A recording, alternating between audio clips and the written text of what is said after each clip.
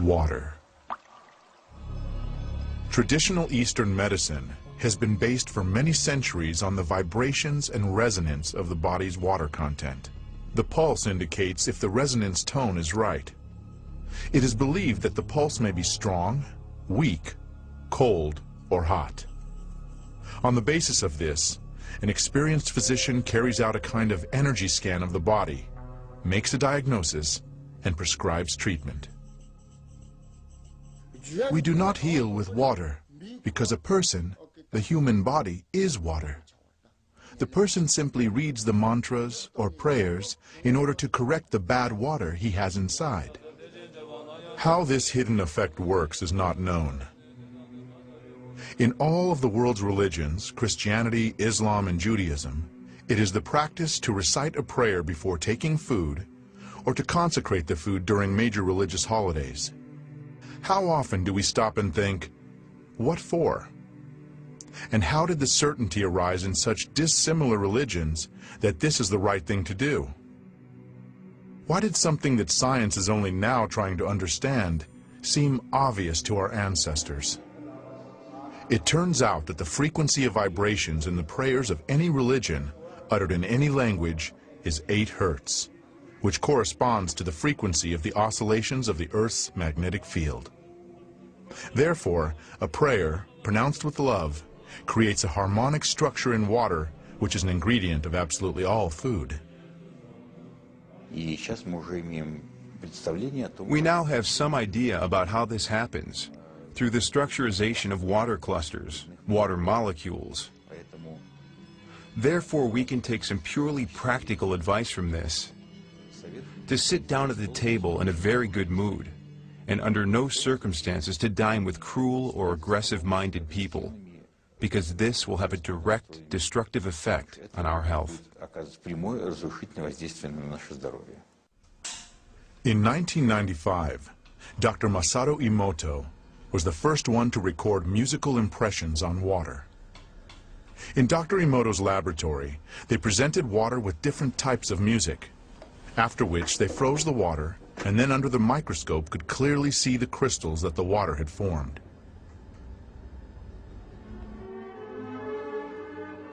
Here is what the music of Bach looks like.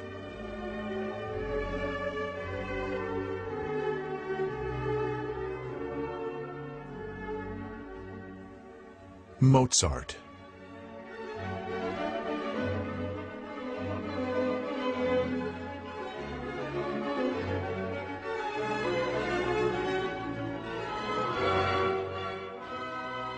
Beethoven.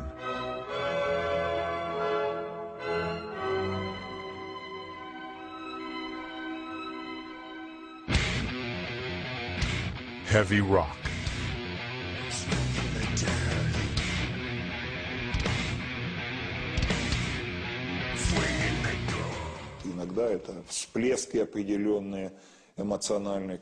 Sometimes it's just certain eruptions, emotional ones, which cause such absolutely negative results.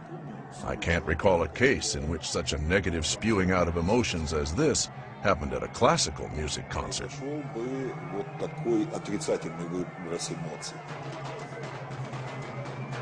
Experiments show that aggression causes a sharp change in water's memory. Such water can provoke an aggressive state in hitherto calm people.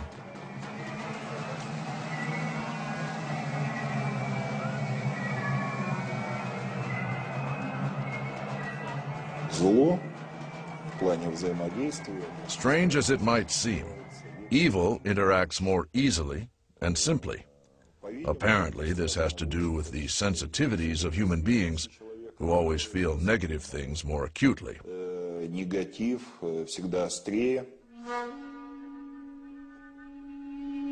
Dr. Emoto conducted another groundbreaking experiment. He placed rice into 3 glass beakers and covered it with water. And then every day for a month he said thank you to one beaker. You're an idiot to the second. And the third one he completely ignored.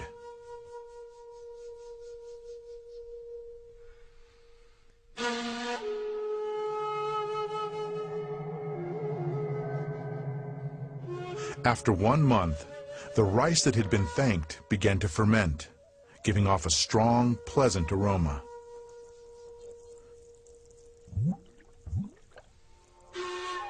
The rice in the second beaker turned black.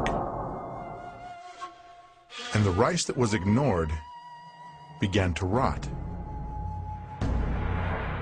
Dr. Emoto feels that this experiment provides an important lesson, especially with regard to how we treat children.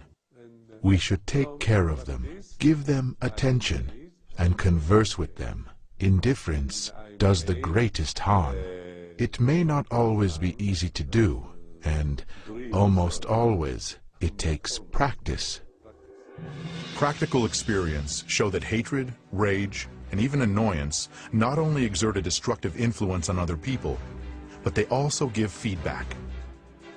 Das beginnt geistig in Gedanken, wenn man negative Gedanken aussendet. Intellectually, at the level of thoughts, a person who sends negative thoughts is polluting his own water, of which his body is 75 to 90% composed, and giving it a negative charge. Dieses Wasser negativ belasten.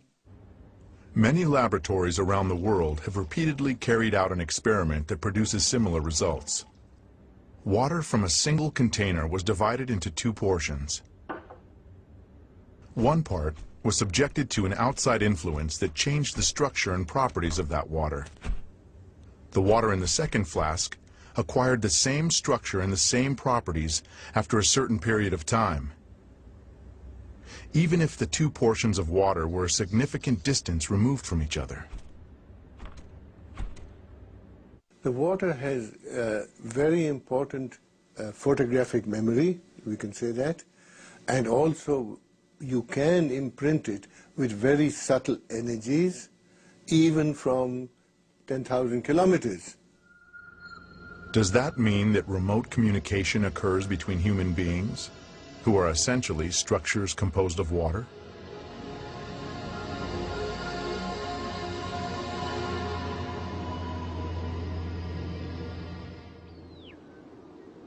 In February 2005, Professor Vyacheslav Zvonikov and a group of colleagues conducted an experiment to confirm or disconfirm the hypothesis that remote communication between people is possible. 2 people are 10,000 miles apart. One is in Moscow, the other in South America near the city of Santa Elena. Here we have the virtual brain of the experiment's participants. During the 15 minutes before the experiment begins, there are no visible correlations. The least change in posture, pulse, or respiratory frequency is recorded. EKGs and EEGs are taken. Suddenly, the instruments register distinct changes. The 2 people separated by this enormous distance have somehow tuned themselves to the same wave. The instruments show synchronization of certain areas of their brains, of breathing patterns, and pulses. How can this be explained? We don't yet have any answers to that question. So far, this is a scientific mystery. There is a hypothesis that the body's liquids play a part in this.